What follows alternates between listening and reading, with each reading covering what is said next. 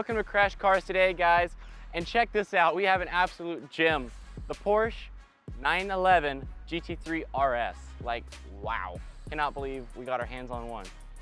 And this one's even special, or I guess you could say, even more special. The reason being, there's not another one like this. It's a one-off. From the black interior and the black outside, no one has a spec like this. And if you do, please comment below and I want to know exactly how.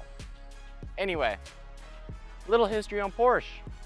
Their German engineering has made them one of the most sought after and most richest heritage brands out there. From their rallying to their street cars and their race cars, Porsche has always been able to keep at the top of the pack in Le Mans and in the rallies section. Their engines, it's only a flat 6. Now, it's a small car, but you know, with all the V8s and V12s out there, it still holds its own. It's quite impressive. I mean, this puppy only weighs just over 3,000 pounds, and it's got 493 horsepower and 339 foot-pounds of torque. That makes it go from 0 to 60 in about 3.3 seconds, and that's really fast for a little flat 6. When you got Lamborghinis and McLarens doing that with a V8 and a lot more horsepower, that's just pretty impressive that Porsche can squeeze all that out on the RS. Now, getting into it more with the little racing and all that, Porsche is actually one of the best cornering cars out there, and that's mainly because of their weight distribution and where they put the engine. The engine is a rear engine car, and it is the RS. This 2016 RS happens to be rear wheel drive, unlike the new one, which has all the torque vectoring and all crazy cool gadgets. We'll try and find one later. But this thing holds its own even back then and even today. So you know what? Let me show you what I can show you. Let me show you the engine. So let's hop back there. As you can see, there's not much to see back here. You got a couple air coolers and a nice little piece of carbon, one for lightweight and also for looks. And as you can see, GT3 RS 4.0. Now, as you can see, it's quite reasonable. You can put a good sized North Face in here, fully packed, and then travel with it. And as you can see, a beautiful carbon fiber hood for lightweightness and help the front end not have too much weight on those front tires, so you're not dragging out of the turn. So, you know what? There's the front, I showed you the back. Now let's show you what's in between. The interior. You'll be in for quite a surprise on this. It's beautiful, so let's go. Oh yeah, quick tidbit. It's a sticker. The Porsche decal, well, it's a decal sticker, but the Porsche crest is actually a sticker. So that's kind of funny, just, you know, aerodynamics and make it a little less heavier. Just fun fact, you know. So let's head back into the inside. Well, this is surprising, isn't it, right? Just listen to the echo in here. The soundproofing quality is amazing, right? I mean, just my voice literally echoes. My voice doesn't travel outside of the car at all. That's just incredible how Porsche is able to do that in such a fine race car, honestly, because the GT3 RS, it's truly a race car. So let's get down to business, right?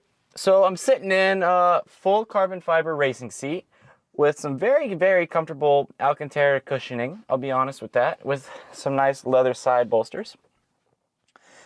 I think if I was 50 pounds heavier, so I'm 190, so if I was 50 pounds heavier, it would almost be impossible to sit in this seat.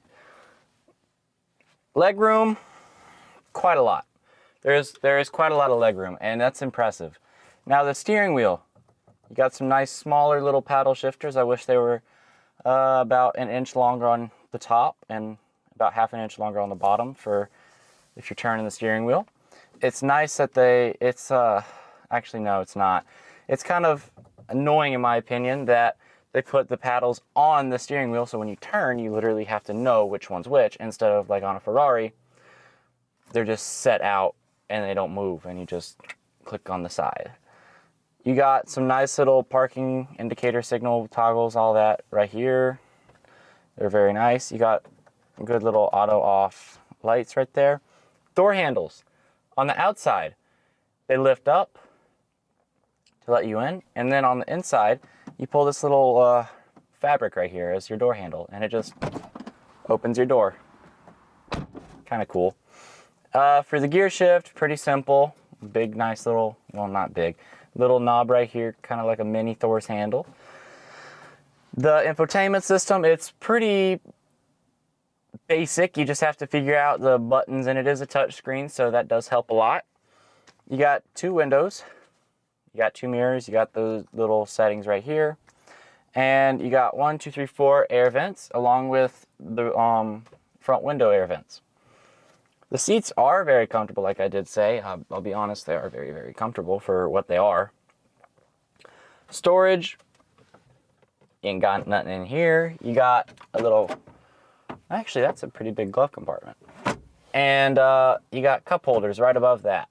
So if you wanna, I don't know, have a Starbucks iced coffee while you're going 100 down the highway in your GT3 RS, you got a cup holder for it. And then for your dials, you got your tachometer right there, you got your speedometer over there, you got a couple engine gauges, you got a nice little electrical screen, which shows you, like you could say, G-forces, or even a little map could be thrown up there sometimes. And up front, you got a little clock. And that's about it on the inside. I mean, beautiful Alcantara. Well, that's actually, yeah, that's Alcantara headliner. Beautiful, absolutely beautiful. This interior, they've done a very good job on, considering that it's a race car. Interior storage behind the seats, it's huge. It's actually massive. Like, it looks like they could put 2 seats back there, but they didn't, honestly. It's very, very large, and it's got a top little tray up top. It's very impressive back there. I'll give them that. Now, speakers, you got a very quality sound system. It's not going to be too nice because the magnets and the speakers would be too heavy for the car, so they made a little lighter system. That's fine because you're going to be listening to the soundtrack of that engine instead of the speaker soundtrack. Now, speaking of soundtracks of engines, I think we talked about the inside enough. So you know what? We talked about the outside, talked about the inside. You know the drill. Let's hear that start up, and then we'll take you for a spin. So let's head to the back real quick and listen to that puppy roar.